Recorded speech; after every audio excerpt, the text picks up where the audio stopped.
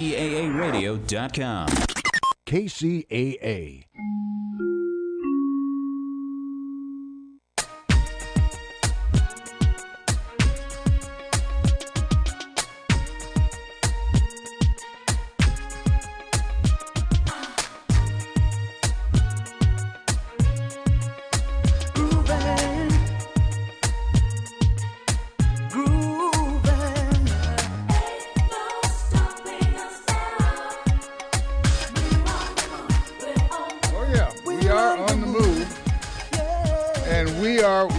Whoever that is, we're not necessarily sure about that. But I'm Wallace Allen here on the case for truth and justice with the right information to help improve the situation. We have many issues, many issues, one for each and every one of us. But if we throw all of those issues together, what does that mean? Does that mean we have a group of millions of issues, or is there something in common? Do we have some common goals? Do we have something more common amongst ourselves than our skin color? I'm not really sure exactly where we are on that. I am sure where I am on that. And I'm sure where the 200 plus people who attended yesterday's State of the Black IE that was produced by our assemblyman from the 60th District in California, Dr. Corey Jackson. State of the Black IE. Now, when you say the Black IE, that certainly sounds like a unit. And I would imagine that if we had our nation builders here, they would say, that is a group of people that has tremendous potential and power and influence and an ability to make the world tilt at a better angle. And then there's some people who'll say, that's just a black stain that we can continue to manipulate and calculate that they will do whatever is not great in order to keep white people in charge. And now, there's nothing wrong with white people, but as much, I think, is wrong with the institutions that they've allowed to undergird their position in society. I attended a meeting yesterday where we had Miss Hannah Jones, what's her first name? Nicole Hannah Jones. She is the lady who wrote the 1619 Project. And I have a few quotes from her that hopefully we'll be able to play on our no, we won't, because we're doing a live push here. But one of the things that she said was that, you know, the world always talks about black folk as a problem. I don't. That's my problem. I've kind of fallen in love with black folk, and sometimes I wonder, do they love me back? And then I'm totally blown away when I find that, wow, I don't really need for everybody to love me. A couple of little loves now and then, you know, from people who may not even know my name, who did something great. Martin Luther King didn't even know me, but he did some things that were really influencing, I mean, still influencing my life. Harriet Tubman, I mean, we weren't even on the planet at this. Well, I can't say that. I don't remember being on the planet with Harriet, but I remember and feel the spirit of growth, of demanding that we get the best out of ourselves and that we provide for people that may not even be a relative. Provide for people that in some cases are totally against you.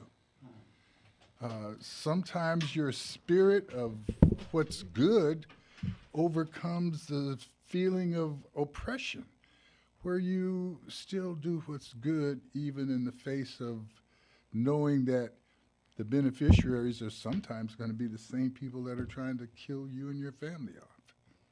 But then again, that's the moral high road. I was not over surprised to hear Miss Hannah Jones speak of the high morality that black folks provide to the planet. But you weren't there, so I don't want to over push that. that you didn't hear. I want to talk to you a bit more about what you did hear or what you can hear. I have with us today Ms. Dana Walker. I have Mac Rome. Hello. We're going to, as usual, laugh to keep from crying. But then crying's not bad either. I'd shed a couple tears yesterday, Dana. Corey really, you know Corey. Yeah. He grew up around here as a young guy, somebody that you would tend to say, that's my kid, or that's, especially at my age, all y'all are my kids. But I'm just really, really proud of where he's coming from. But at the same time, I'm constantly surprised with the brilliance that our young people have. You're included in that group, Miss Dana. You too, Matt. I'm delighted. Yesterday I rode home. I didn't even use any gas because I was just floating from the experience of being with you people, knowing that we are not just in our eyes. We are not just a people of color who are colored together in this Inland Empire. We are black folk who have purpose, who have some understanding of our potential demise, but are much more interested in our upgrowth, of our rise, of our ability to not only contribute to our children and families, but we really make this world a better place. And I'm proud to say that, and I'm not bragging about it, and I'm not encouraging the other people who are dragging us the other way to feel comfortable enough to keep dragging us that way. I invite everybody to step over to the side of production. But I also understand that God has created a situation where we have daytime and nighttime, lefts and right, up and down, in and out. And so we have these opposites that tend to require us to make judgments, to make decisions, to decide to do either the good thing or decide to do the bad thing, or to follow some wild hare, or calculate that we should be operating with a sense of promoting good over evil. I'm going to promote our sponsors during this short break, and when we come back, we're going to get a chance to speak to Dana. We'll get a chance to speak to Mac, and our friend Anthony Garcia, the Mood Master, has joined us. So we're going to have a good morning. Well, it's already a good morning because we're here, but we're going to make it better by demonstrating our appreciation for it and our love for you. So you guys hang around, come back. We'll be right back right after this break.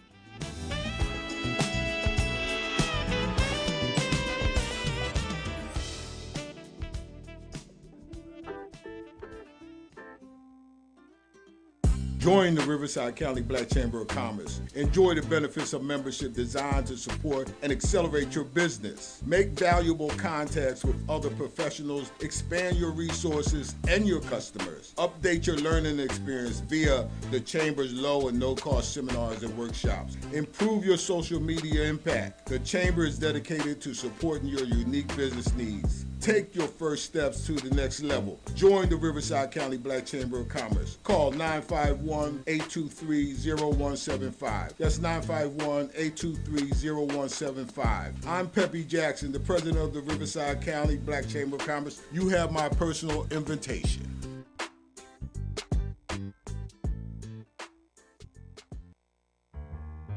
Publish your legal notice in West Side Story newspaper.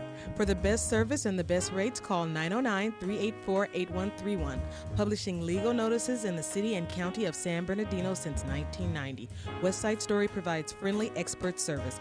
Call 909-384-8131 to benefit from budget-friendly rates. Whether a fictitious business name, a name change, a divorce summons, or any other legal or public notice, call West Side Story newspaper 909-384-8131.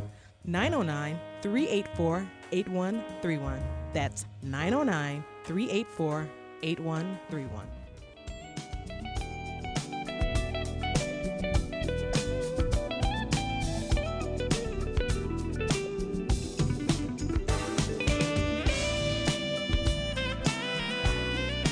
All right, now, that's Mr. Mo Lewis, Billboard's #1 smooth jazz artist. get a chance to see him here in the Inland Empire soon, without a doubt. Today's guest is Miss Dina Walker. She's the president and CEO of BLU Educational Foundation. She's a staunch social justice advocate and tireless community builder. That's true, because I used to see her every place I went, but I stopped going in a lot of places, but she didn't. She's still there. Good enough. President and CEO of BLU Educational Foundation. She's in response to the challenges that are faced by underserved families in California's Inland Empire. To gain access to higher education, BLU supports policies and programs that reduce barriers to opportunity, improve outcomes for community of color, with a laser focus on education and racial justice. To that end, Walker established the College Exodus Project, which has assisted over 10,000 underrepresented students gain admission, scholarships, and financial aid to colleges across the nation. BLU, I'm going to say Blue. Blue played a central role in advocating for the passage of AB 469 in 2021, a California law that mandates that all high school seniors complete a free application for federal student aid. Now, some folks got upset about that because you got into their money. But that's okay, because you sent them some potential geniuses, which always is worth more than money. Walker is an expert in partnering with nonprofits, government, agencies, and educational institutions striving to serve communities of color. She serves as a co-convener of the Inland Empire Black Women's Collective, as well as co-chair of the Black Equity Initiative Inland Empire, a collective of over 50 Black-led nonprofit organizations in the Inland Empire. Mine's not in there, but I'm going to join. Okay. All right? And I don't know how much money you guys are going to give me to join, but I'll take it. Oh, I got to pay. We'll do it, whatever we got to do. A collective of over 50 Black-led nonprofit organizations in the Inland Empire. As part of this ambitious project, the $5 million project of raising money, their goal, the IE Black Equity Fund was created as a regional pooled fund to advance racial equity and combat the anti-Black racism and to support long-term investments in Black-led organizations. Dina holds a BA in Education from San Diego State University, post-baccalaureate studies in nonprofit management from the University of Maryland. She is currently writing a book entitled Black Girls Up, a real-life guide to mentoring Black girls for school and communities. I'm not even tired, you know. My eyes are a little shaky on that. But Dina, when you were a little girl, did you jump rope? I did jump rope. Okay, so when you were a little girl jumping rope, Yes. what made you, or what was inspiring for you, or was it an inspiration? At what point did you decide to have the world decide to have to read this length of resume because of you deciding to make a contribution to life, period? What inspires you? So what inspired me is I've always been a servant. I have always been a servant. So I grew up in the AME church in Fontana, so Bethel AME in Fontana, and grew up as a servant in the church and the community. So my mother always, I have three brothers, and so there's four of us, and anything that had to happen in the church, if they needed hands on deck, she volunteered us. All right.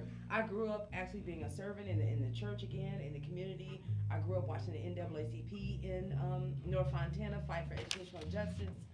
And so I've always been a part of that, not knowing that I'd land here. But it started since I've been in elementary school being a servant and then becoming eventually a servant leader. Why are you not in New York or Los Angeles or Chicago or San Francisco, one of the places where lots and lots of Black folk gather? Or, well, go ahead. Let me just say that I actually was in those places. I've actually lived, I grew up in Fontana. But at 19 years old, I left and I went to Los Angeles. So I went to school in LA. Had the privilege of, going to many schools across California. So I took a long journey to get to my bachelor's degree. But it started off in the community college systems. went to UCLA, lived and worked in Los Angeles for 6 or 7 years. Went to San Diego, lived and worked there. Finally got my degree. Married a man in the military, so I was able to see some of these places we talked about. Okay. So lived in Houston for a year, down in Florida, Pensacola was there. Newark, New Jersey. Decided I did not want to be in Newark, New Jersey. Came back to California for a year. Mac, you sound like you know something about Newark. Right. I was like, I knew I could not do New Jersey, Okay. Newark in particular. Okay. But then settled in Washington, D.C. for 7 years. And that's where I really kind of got my, really landed and kind of got my chops in this leadership around higher education access in D.C. public schools and working there and realizing that there's a lot to be done, and being very focused on your target population was just as important as holding titles or where you are. And it's and one of those things about thinking about what's the legacy that you're going to leave. And I was going to stay in D.C. forever and never come back, but my mother got sick. And well, I'm sorry to hear about your mother, but I'm glad that something magnetized you to come back. So, and that was the thing. She got sick. I came back here in 2001. I'd been gone for almost 20 years. Came back here and decided, once I started, I was like, what am I going to do? I'd already started a consulting company, an educational consulting company, doing the same work, helping kids get to college. But then I realized, I said, well, if I've got to go back to the Inland Empire, let me do some research and find out what's going on now and what would I do. And when I looked at the data around education and realized it had not changed in 20 years, kids were not getting access to college, especially black and brown kids and poor kids. And I said, the same things I'm doing here in D.C., if I can do it for kids I don't even know from immigrant countries and everywhere else, if I can do that for them, I could go back home and do it for the people that I came from. And that's what prompted me to come back. So I've been all those places, and I was able to learn a lot. And I took a lot of the things that I learned in D.C., in Houston, in San Diego, and L.A., and I brought it back here. One of the reasons I asked that question was that the impression around many people in California and many people in the Inland Empire is that, we're just a fairly small conclave of a few black folk scattered in and around the Inland Empire. But we have a mutual friend who's no longer with us, Mr. Walter Hawkins, who some years ago pointed out that, well, wait a minute. We've got people black folk in particular, moving into the Inland Empire from all over the place in Los Angeles in specific. And it won't be long before we are as big. Actually, Walter would say we are really here in Southern California, the largest place that black folk gather outside of L.A. Well, it appears that we are moving to be the largest place in California, north and south, outside of Los Angeles, with the largest gathering of black folk. Yes. And it may not be easy for us to acknowledge or see because there's no black neighborhood. Right. There is a series of black communities. Yes. But as we look at it, we've got a variety of borders that kind of separate us. And that brings me to another question, is that the borders that separate the counties and the cities, say the county of San Bernardino and Riverside, and the cities of Riverside, San Bernardino, Rialto, Fontana, et cetera, are those real boundaries for black folk, or are they artificial boundaries? Do we see ourselves as a community across those boundaries, or does the world see us as a community across those boundaries? Do the police see us as a community across those boundaries? Are we able to get those folks who are in charge of the state's resources to see us as a unit despite those boundaries? Those are questions that we kind of talked about yesterday. We're going to take a short break, and when we come back, we'll go through that a little bit. Thank you.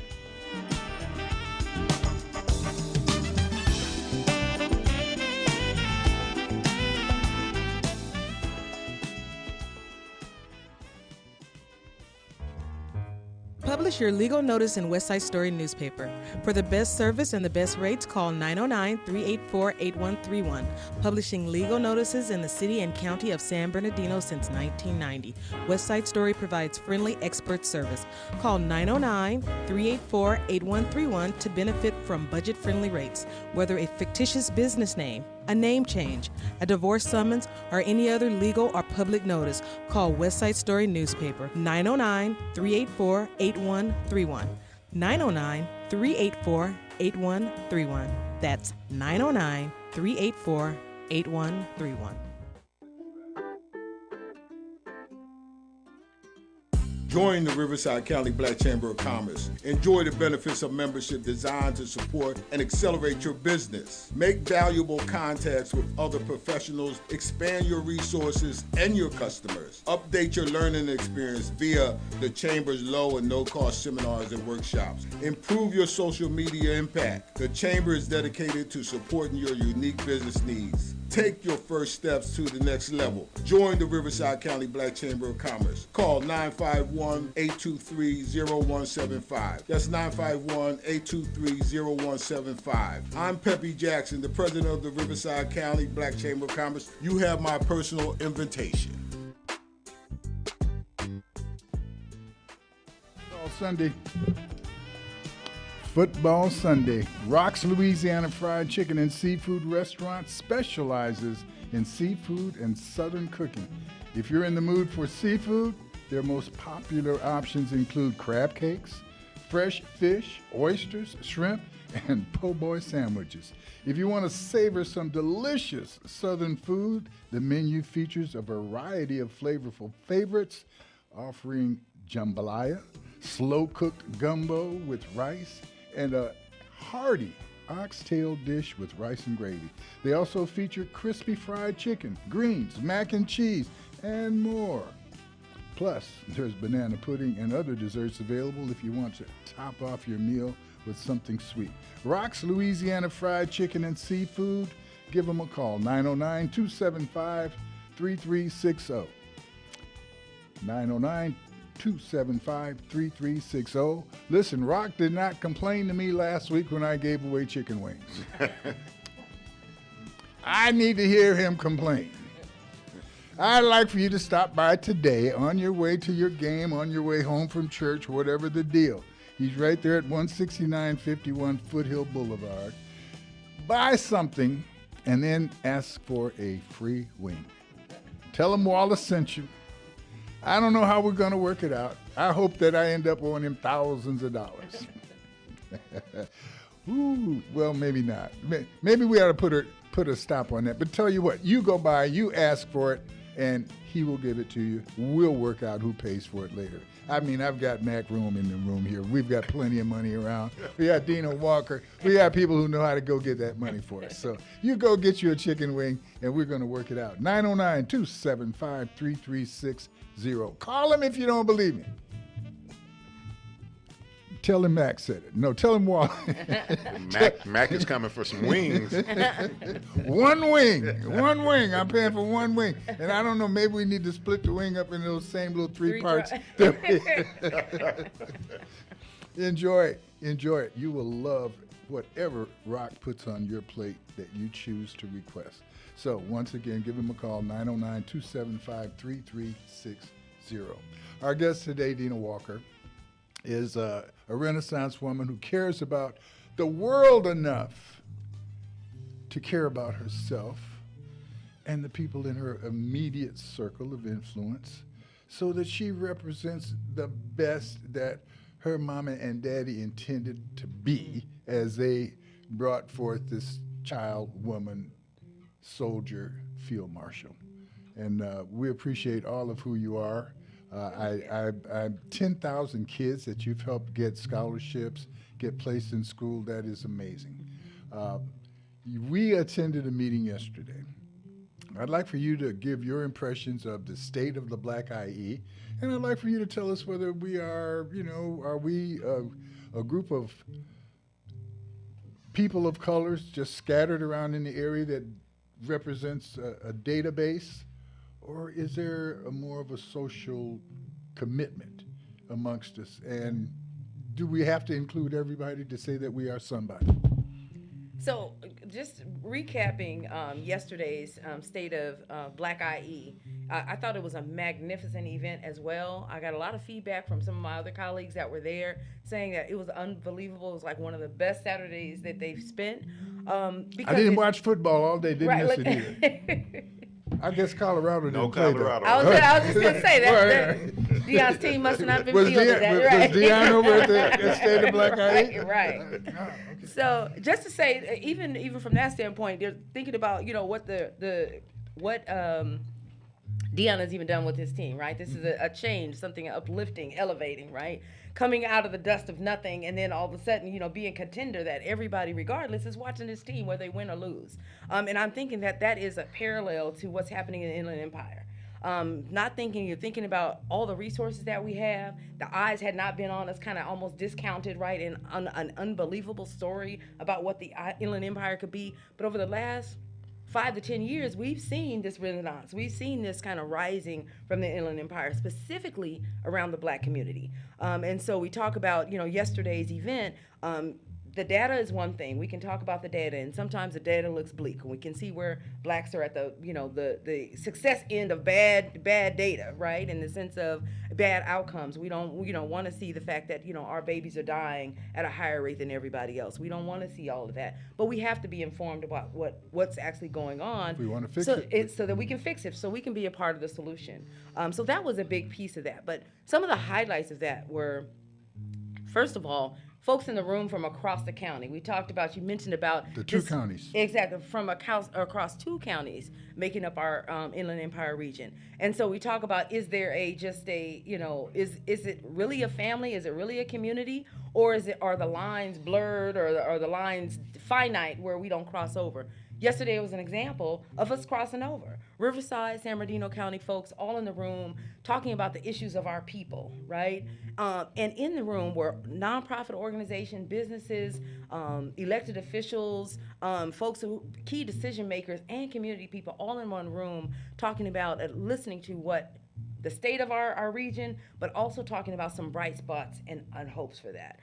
So that was a excellent thing, of course, and then culminating with scholar Nicole Hannah-Jones talking about the 1619 Project and the opportunity for Black excellence, and for, again, elevation of the great things that are happening across the nation.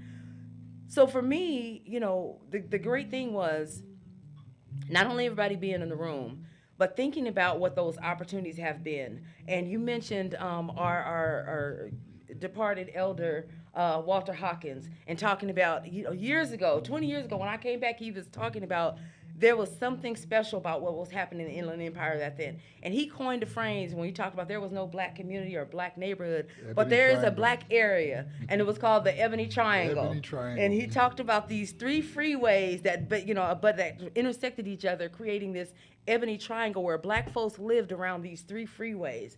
And so with that, just thinking about that, we began to look at what was the work that we're doing in our area, even just to affect this Ebony Triangle. And that conversation, lifting up that, began to galvanize us. Even as I was a newcomer back to the Inland Empire, folks talking about it, him saying the Ebony Triangle, and us plotting ourselves around that triangle, saying our faiths are interconnected, right? Interconnected. And we began doing that work. And I would say Corey Jackson, part of that work, because he was a part of helping a lot of elected officials get elected before he even started running. And before that, Corey was a statewide BSU president and organized with Dale Roberts our kids throughout the state. Matter of fact, I was the dummy that would tell Corey all the time, you need to get out of politics and stay in the social work because there's more power here. You got more. You control enough voters to make politicians come and kiss your elbows every day. Yes. But I appreciate where he is, and I'm just amazed at his comfort at being who in the he space. is. Yes. Oh yeah. Yes. And it's so we say That that boy is the man is dangerous in the sense that he is very comfortable leading. Mm-hmm. He is very comfortable allowing other people to participate in his leadership. Yes. I see great things for our community as a result of knowing that Corey is not alone and will never make us allow himself to be alone. Yes. Because he is a coalition builder. He is. And I was, once again, I didn't even use gas on my car as I drove home yesterday. We Yes. just floated along the freeway. Matter of fact, we didn't even go the freeway. We took the back way. Took the back- so we could, Enjoy it, kind of right? enjoy it a little bit. Yeah, yeah. I wish you guys could have a seminar like that every day because gas is $6.79 a Yeah, gallon right that's now. what I was Keep that fuel going. That's right, right, right, that's right. yeah. So anyway, even just back to Corey and this notion of the Ebony Triangle and us coming together.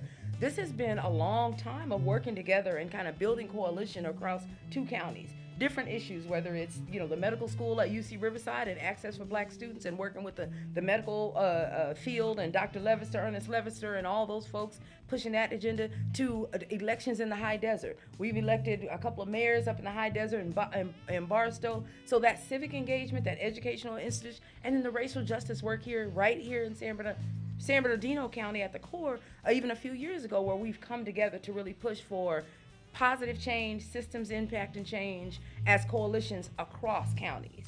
So that's that work that we saw even yesterday. Now, I don't want anybody listening that's outside of the state to think that all of a sudden the Inland Empire's got, overpopulation of black folk. No. And that there's 2 to 3 black folk for everybody else. No. But there's not. It's the No. same small percentage, 8%?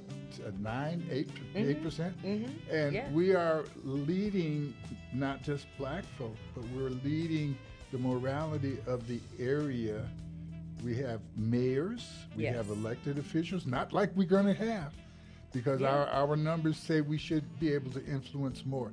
But it says that we are showing respect for ourselves, and we are obviously must have respect for the other communities. Yes. Because we could not elect mayors alone.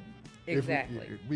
We have to be in concert with others. So I think there's something special about being victims who are determined to not be victims. Yes. To be leaders out of the pressure that is placed upon us, the inequities that are placed upon us. We have never been strong enough to just riot and take over as a result of violence. Right. We've been affected by violence, and we've reacted to violence with violence sometimes, but that's not our route. No. Our route is one of convincing, of cajoling, of example setting, and of taking the high road. And I'm proud to say that part of our high road is going to be, I am going to sacrifice that break. We're going to not worry about making money on that commercial. Oh. Well, that was one for West Side Story. I like that. I wasn't going to pay myself anyway. But we do have to pay ourselves. Yes. We have to pay our community. Yeah. We do it either with emotion or actual physical volunteering, or in this case that I'm speaking of now, Dr. Jackson stood up pretty much at the beginning of the program yesterday and handed your organization, Yes. the Black Equity Initiative, Yes. a check. A big check. Well, it wasn't just big because it was 4 feet long and 2 feet high. It was big because he wrote a check for $1 million. Well, he delivered a check for $1 million. Yes. Corey too smart to write a check for $1 million because Right. he knew it would bounce. But he delivered a check Yes. for $1 million. Yes. And Now made that- a commitment to continue at least that for as long as he could in his seat. And That's so, a- yes. That's an amazing commitment, and he fed us free. He did a good job yesterday. Yes, he did. In the sense of, wow, okay, what can I complain about? You don't have anything to complain about, but there's much action that you can step up and participate in. I understand that that initiative, that $1 million is not meant to be alone. Right. That people like Mac like me, Yes, we yes. could contribute to that. Mm-hmm. What's involved in that, and what is the purpose of that The fund. fund? So the fund is out of the Black Equity Initiative, which is the 50 organizations who work, come together to work on systems change and power building. We raised that. I'm going to say this one time out loud. Stop beating on my table. Oh. Okay. That part. Well, you asked her what she was doing with the money, so. Got a little nervous, so I'm moving around. So the Black Equity Initiative, again, the organizations, and we created the fund to raise money to actually give dollars to organizations to actually do this work.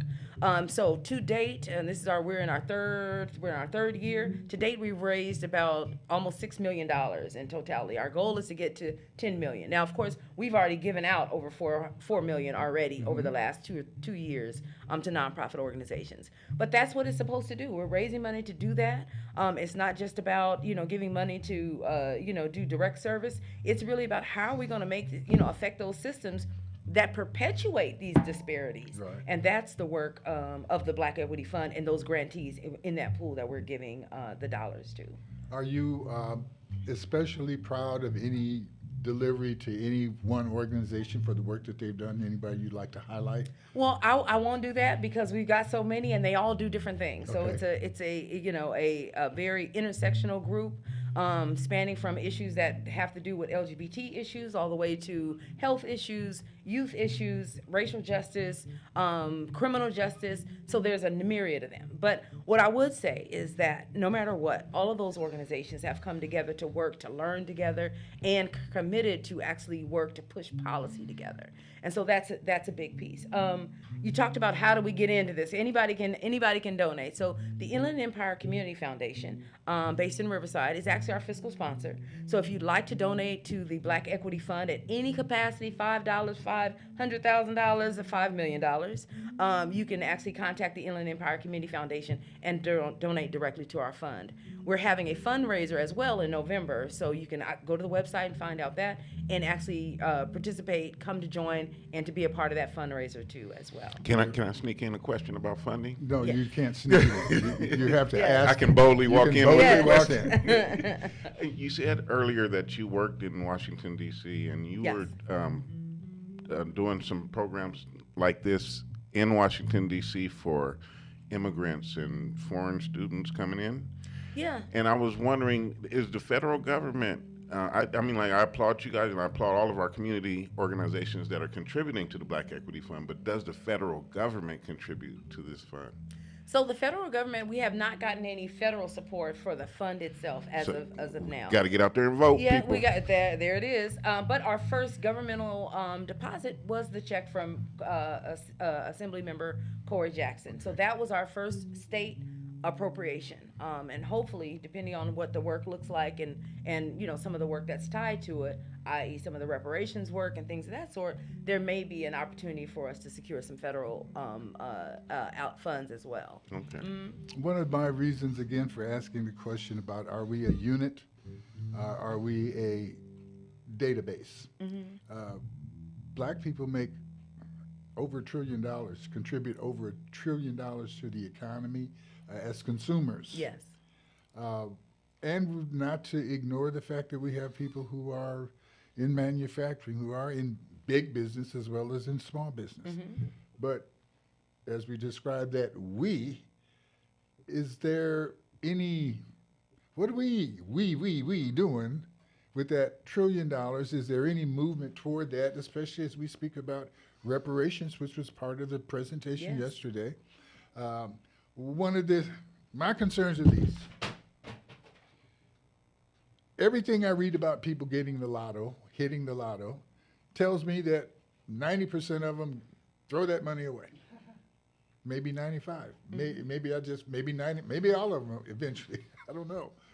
But I do know that as we discuss reparations, we're talking about if we are able to look at the cash Payments. payment, we're talking about basically millions of people hitting the lotto of sorts. If we want to land an airplane, we want to have an airport. sometimes we can land it on a freeway or in somebody's backyard without causing a problem. But how do we land all of those people with all of that money into a circumstance where they're not going to just give it away? Because if you haven't had $1 million and you didn't earn $1 million, what are you going to know about doing anything with $1 million? Right. I mean, just a logical question. I don't know, maybe there's a logical answer that is a positive one. But for me, it says on-the-job training on how to spend money. And as much as I don't want to waste any, I probably would be a little foolish with some anyway, because I like to eat out. Right. And I'm sitting there saying, well, your money's funny, but man, you might want to stop by, I love chicken and waffles. Or stop by Cafe Organics, or, stop by Rocks. But what do we do? Are we training? As you are planning and training people to get ready to go to college, is there anything that we should be doing to train people to have a plan for their reparation money?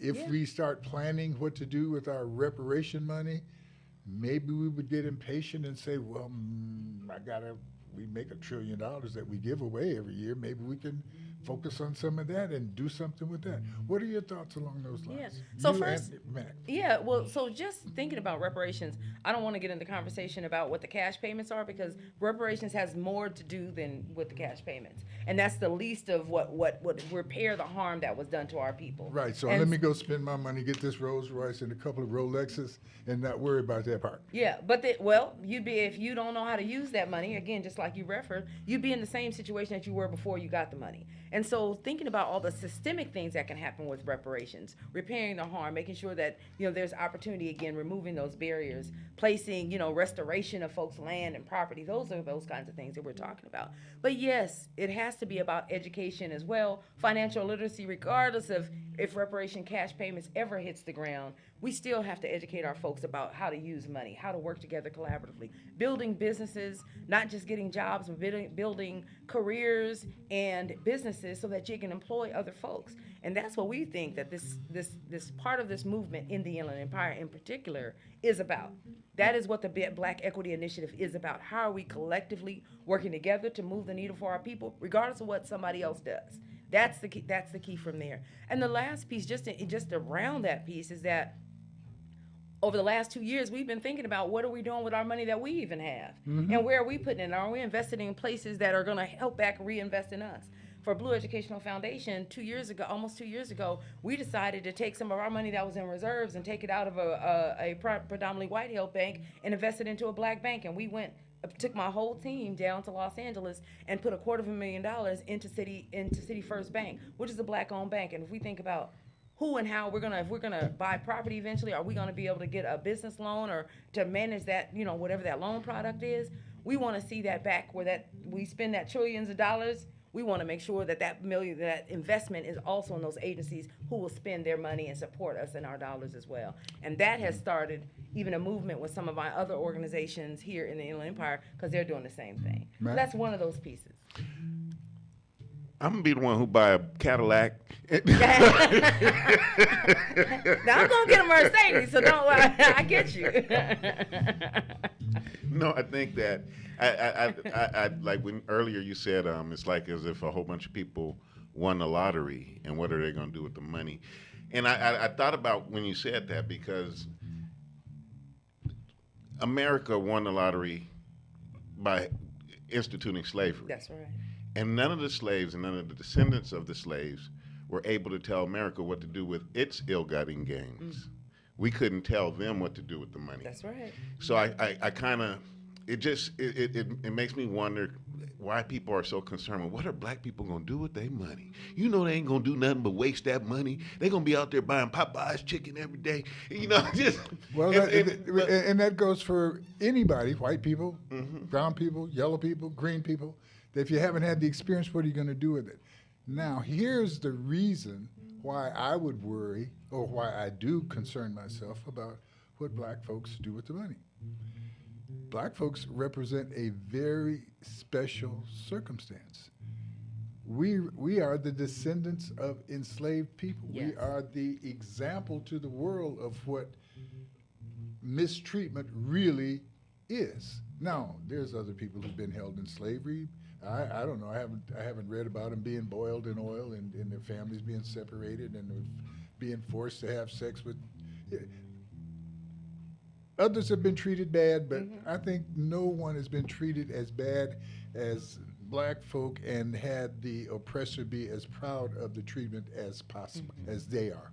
Enough that we have people today who are trying to say that slavery was a good thing for black folk and that it improved our life conditions and that it was a favor that supremacists put together to help bless black folk. Well, I can't go for that. We had a bigger problem. We need a bigger solution. And putting our money together, if there is an hour that goes beyond just a database, if there is an hour, us, a we, that has a concern similar to what you expressed, Dina, what we are able to talk about as we get on stage and have our jokes. We have our group that we talk about. And then I want to go over to something that Ms. Hannah Jones said yesterday about we always deal with the problem that black folks represent. You know, every time we bring up black folks, it's about a problem, our birth rate, our getting along with the police, our use of our money, our this, our that. But it is an hour. Oh, you are our. And I don't know, maybe Mac, maybe I am a little too race conscious in the sense that saying we ought to be better with our money. No, well, let me say it like this, with less humor. And I'll use an example. 30, 40 years ago, there was no such thing as rap music. It was something that black people did in the ghettos of New York. No, we did it on the street corners. It wasn't, you know. Well, you know what I mean. Yeah. And so at that time, if you said to someone like Russell Simmons, who became a mogul, but if at that time you looked at him and said, man, why is this guy investing all his money in this recording equipment for this music that isn't anything? It would look ridiculous to somebody who didn't understand the culture and what his vision was. And I think that we cannot assume to know what people's vision is because of their spending habits. I got you. You know what I mean? It's kind of like this. He's a multi-billionaire right now. Why you guys ain't singing some R&B, some stuff that we know works? The cold thing about it is that was the attitude of all of the so-called smart black folk. Yeah. You know, our kids, look at our kids, what are they doing? Well, they were doing the same thing that we did, except they made more money. But young people are supposed to rebel. And older people are supposed to be able to be smart enough to set some parameters that the kids can rebel in and still feel cool about it. But the kids are going to rebel. Corey Jackson rebelled. Right. He came out of high school and went into politics, helped Deborah Robinson get elected. He should have been gone somewhere with a summer job and, you know, trying to have some fun at the spring break. Right. He rebelled. Yeah. He said, no, I'm going to do something different. How we look at change, and it was brought up yesterday again. We spent time talking about the great movements of the past. Mr. Jackson brought up, says, well, maybe we ought to consider that we're in a movement now. Right. And as such, look at, recognize, acknowledge, and support this movement. And how do we do that without, as you say, knowing where we're going? I mean, if we're going to Chicago or we're going to, I could say, well, you need to get on Route 66, and that, you know. As long as you don't fly Spirit Airlines, we can get there. See, and that kind of good advice. Yeah. But that's when we know directly where we're going. But when we say we just want to improve and make it better, then we gotta kind of stand back out of the way and let people who are making moves move. And we gotta support the move despite the fact that it's like getting on a plane and maybe not knowing where it's gonna land, but knowing that wherever it lands is gonna be a little bit better than where I am now, and I'm gonna take advantage of it. Some people have that attitude, some people don't. Some people say, well, no, if you're not gonna take me to Hollywood, I don't want to go. So, and that's one of the things that we're coining the phrase now so Black IE. We're calling it Black IE, and IE stands for innovation, and excellence. And that's exactly what we saw yesterday. And when you talked about when we started rap, and rap was on the corners of New York, but it was innovative, right? It took music that was already in our culture and created a whole new genre that people across the world now are benefiting from that, mimicking it, and created a whole industry around the music of our people. I mean, really. And that is what the era that we're in. When Corey talked about, are we in a movement? We are in a movement. The Inland Empire is in a innovative and excellence movement right now. And we saw it yesterday. We're seeing it with some of the young people. We're seeing it with some of our seasoned, good and grown folks who got their organizations and are really retooling since the pandemic to say there's some other things that can happen here. The great thing about that happened, and this is again building on the work of our elder Walter Hawkins, thinking about the redistricting and talking about what happened with the census. And once those numbers came out and said, oh my goodness, we can no longer talk about the Inland Empire as in this kind of like, one off from LA and, and everything, but because all those folks from LA start coming here. And we look now, and the data said yesterday that we're now the third largest metropolitan community of black folks. Almost the second. And almost the second of black folks in California. We are a force to be reckoned with. And the narrative now is shifting. And we are now making sure that people talk about the Inland Empire and that resources are coming to the Inland Empire. And when it's not, we speak in truth to power. And we're coming to tell people you can't do California without talking about and engaging the Inland Empire, specifically the Black Inland Empire. And we're going to melt these artificial boundaries so that we are not the San Bernardino black folk and the Riverside black folk and the Fontana black folk. We're going to just be the Black, the Black IE. That's the Black. Innovative and excellent. That's it. Right. That's it. So being all of that, which you were before you took that titling, because that's why you earned that titling, because you are innovative and excellent prior to the titling. Yes. So with that, we've got momentum. Yes. I got a poem. I have a poem. Spirit people, black people, people of the mind. We are the answer for time.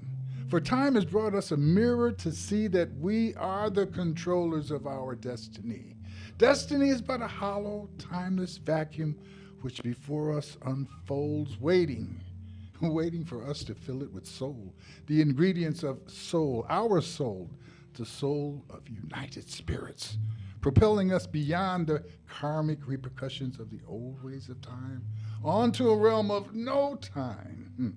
No time to lie, no time to hate, no time to cheat, no time to steal. Onto a realm of no time to hate, cheat, steal, onto a realm of love, exploring the stars of love, painting the ribbons of time with the lovely pastels of our mind. Spirit people, my people, we are the answer for time. God bless you. Thank you for sharing time with us. Thank you, Mac, as usual. Thank you. I feel like a student every time I come in here. I got my culture lesson today, every day. Well, we all need a teacher somewhere, because that's the way I feel every time I'm around you guys. I appreciate you. Thank you very much. Great job, Eric. Thank you, Al, Anthony, Mood Master Garcia. My goodness. All right, we'll see you guys next week under two circumstances. One, if the good Lord's willing. Two, if the creek don't rise. God bless you. Thank you again.